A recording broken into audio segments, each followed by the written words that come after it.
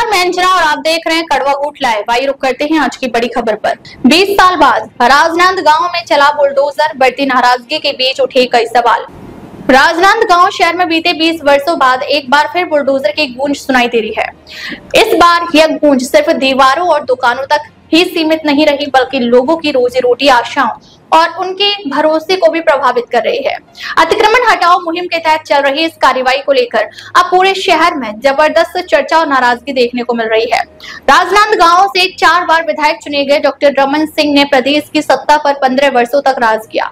उनके शासनकाल में अतिक्रमण को लेकर किसी बड़े अभियान की पहल नहीं हुई, बल्कि छोटे व्यापारियों और ठेला संचालकों को व्यापार हेतु जगह और संसाधन मुहैया कराए जाते रहे।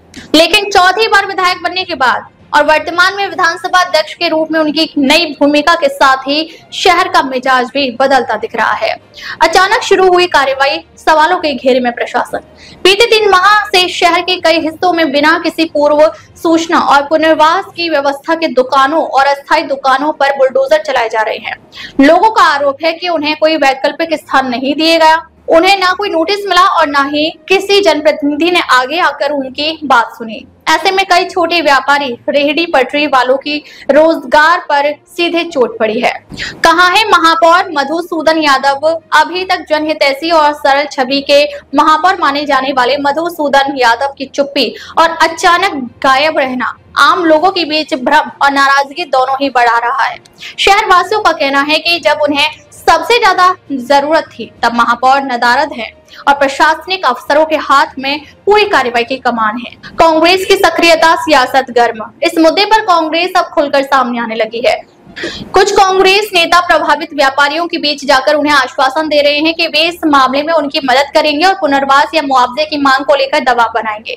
इसे लेकर अब राजनीतिक गर्माहट भी बढ़ रही है। जनता का सवाल, क्या हमने इसलिए जिताया था? पीड़ित लोगों का कहना है कि हमने डॉक्टर साहब को चौथी बार जिताया ताकि हमारा व्यापार उजड़े। पहले तो रोजगार के लिए जगह दिलाई जाती थी, अब बिना किसी सूचना के दुकानें तोड़ी जा रही हैं। इस नाराजगी की लहर सोशल मीडिया से लेकर चौक चौराहों तक देखी जा रही है। बुलडोजर सिर्फ दीवारें नहीं तोड़ता, कई बार वह उम्मीदें, रोजगार और भरोसे भी ढहा देता है।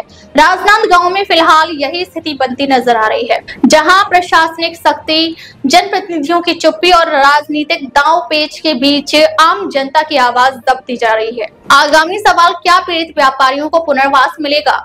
क्या प्रशासनिक कार्रवाई में पारदर्शिता लाई जाएगी? और सबसे बड़ा सवाल, जनप्रतिनिधि कब जवाब देंगे? कुछ दिन पहले हम लोगों ने निगम प्रशासन को ज्ञापन भी दिया था कि जो फ्लाईओवर के नीचे है, हम सब चाहते हैं कि शहर सुंदर हो, सुरक्षित हो, लेकिन किसी गरीब पर घर में बुलडोजर चलाकर, उनके धंधे में बुलडोजर चलाकर नगर निगम प्रशासन उसे सुंदर बना रहा है, ये गलत कर रहा है। बिना व्यवस्थापन दिए छोटे छोटे जो व्यापारी हैं, इनको उनका ठेला हटा दिया गया। आज वो रोजी रोटी के लिए तरस रहे हैं। अभी हम लोगों ने भीख मांगकर यहाँ प्रदर्शन किया है नगर निगम में। निगम आयुक्त ने कहा है कि 15 दिन के अंदर इन्हें व्यवस्थापन दे दिया जाएगा। यदि 15 दिन के अंदर व्यवस्थापन नहीं दिया गया तो हम लोग आमरण अनशन में बैठेंगे और गरीबों को न्याय दिलाएंगे।